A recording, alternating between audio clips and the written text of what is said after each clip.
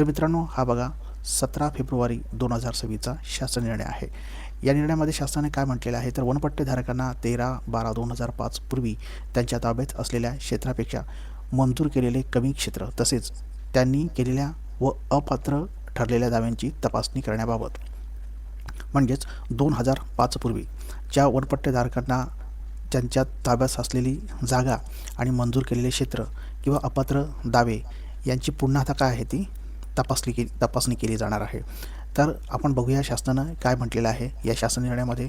तर बघा, अखिल भारतीय किसान सभा यांच्या विविध मागण्याच्या अनुषंगानं 27 जानेवारी 2026 रोजी माननीय महसूल मंत्री माननीय महसूल मंत्री जलसंधारण आणि महाराष्ट्र राज्य यांच्या अध्यक्षतेखाली मुंबई येथे एक बैठक झाली होती. आणि या बैठकीमध्ये काय झालं, तर अखिल भारतीय किसान सभेच्या अनेक मागण्या होत्या. त्यापैकी त्यांची एक मागणी म्हणजे काय, तर वनपट्टेधारकांना 13/12/2005 पूर्वी त्यांच्या ताब्यात असलेल्या क्षेत्रापेक्षा कमी क्षेत्र मंजूर करण्यात आले आहे व दावे अपात्र केल्याने त्यांना शासकीय योजनांचा लाभ मिळत नसल्याचा मुद्दा समाविष्ट करण्यात आला होता. सदर मुद्द्यांची तपासणी करून निराकरण करण्यासाठी महसूल उपविभाग स्तरावर उपविभागीय अधिकारी यांच्या अध्यक्षतेखाली एक समिती स्थापन करण्याची बाब शासनाच्या विचाराधीन होती. म्हणजे त्यांच्या अनेक मागण्यांपैकी त्यांची एक मागणी काय होती, की हे जे दावे होते ते अनेक वनपट्टेधारकांचे दावे हे फेटाळण्यात आले होते किंवा त्यांनी जे क्षेत्रात जेवढा दावा क्षेत्रासाठी केला होता त्यापेक्षा कमी क्षेत्र त्यांना मंजूर करण्यात आलेलं आहे. तर हे सगळे जे दावे आहेत हे आता पुन्हा त्यांची तपासणी केली जाणार आहे आणि त्यासाठी शासनाने काय केलेलं आहे, तर एक समिती नेमलेला आहे. तर आपण आता पाहणार आहोत की या परिपत्रकामध्ये शासनाने काय म्हटलेलं आहे. तर बघा, वनपट्टेधारकांना दिनांक 13/12/2005 पूर्वी त्यांच्या ताब्यात असलेल्या क्षेत्रापेक्षा कमी क्षेत्र मंजूर करण्यात आले किंवा कसे, तसेच त्यांनी केलेल्या व अपात्र केलेल्या ठरलेल्या दाव्यांची तपासणी करण्याच्या अनुषंगाने उपविभागीय अधिकारी यांच्या अध्यक्षतेखाली पुढील समिती गठीत करण्यात येत आहे. म्हणजे त्यांनी जे काही दावे केले होते तर ते काय केलेले आहेत, ते दावे सगळे आता या समितीमार्फत पुन्हा तपासले जाणार आहेत. तर आता या समितीचे अध्यक्ष कोण असणार आहेत, तर उपविभागीय अधिकारी हे अध्यक्ष असणार आहेत, सहाय्यक वनसंरक्षण हे त्याचे सदस्य असणार आहेत, उप अधीक्षक भूमी अभिलेख हे त्याचे सदस्य असणार आहेत आणि प्रकल्पाधिकारी एकात्मिक आदिवासी विशेष प्रकल्प हे त्याचे सदस्य सचिव असणार आहेत. आता या समितीची कार्यकक्षा कशी असणार आहे, तर ही समिती कशा पद्धतीने काम करणार आहे, तर बघा, ग्रामस्तरीय वनहक्क समितीने शिफारस केलेले क्षेत्र, जिल्हास्तरीय वनहक्क समितीने अंतिमरित्या मंजूर केलेले क्षेत्र यामधील तफावतीची किंवा अपात्र दाव्यांची व्यक्तिनिहाय तपासणी करावी. याकरिता सोबत जोडलेल्या विवरणपत्रामध्ये माहिती संकलित करावी. आता ही त्यांनी विवरणपत्र दिलेलं आहे ते आपण नंतर पाहणार आहोत. तर अशा पद्धतीने ही काय करायचं आहे त्यांना, की जे कुठले दावे मंजूर केले होते, जे फेटाळले होते किंवा अपात्र ठरले होते, हे काय केलेलं आहे, तर व्यक्तिनिष्ठ त्यांना काय करायचे आहे, त्याची तपासणी करायची आहे. याशिवाय त्यांनी काय म्हटलेलं आहे, तर तफावतीच्या किंवा अपात्र दाव्यांच्या कारणमीमांसेसह अहवाल उपविभागीय समितीने जिल्हाधिकारी यांना सादर करावा.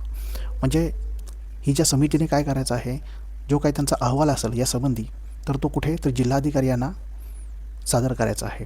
याशिवाय जिल्हाधिकारी यांनी संबंधित उपविभागीय अधिकारी यांच्या समितीने सादर केलेले अहवाल एकत्रित करून त्यांच्या स्वयंस्पष्ट अभिप्रायांसह अहवाल शासनास सादर करावा. आणि जिल्हाधिकारी काय करणार आहेत, तर या अहवालावर त्यांचं काय आहे त्यांचा जो काय अभिप्राय असेल त्याच्यासह शासनाला काय केलं जाणार, तो सादर करायला सांगितलेला आहे. आणि वरील सर्व कार्यवाही 3 महिन्यात पूर्ण करावी. म्हणजेच काय आहे, तर ही कार्यवाही त्यांना 3 महिन्यामध्येच पूर्ण करायची आहे या सर्व दाव्यांची. म्हणजे मित्रांनो, थोडक्यात असं आहे की समजा एखाद्याने वनहक्कासाठी 20 किंवा 30 गुंठ्यांचा दावा केला असेल किंवा 1 एकरचा दावा केला असेल, परंतु प्रत्यक्षामध्ये समितीने काय केलेलं आहे, की त्यांचं जे क्षेत्र आहे ते फक्त 10 गुंठे मंजूर केलेलं आहे. प्रत्यक्षामध्ये त्या जो वन हक्कधारक आहे किंवा वनपट्टेधारक आहे त्याच्या ताब्यामध्ये किती जागा आहे, तर 1 एकर किंवा 40 गुंठे किंवा 50 गुंठे अशा पद्धतीने आहे.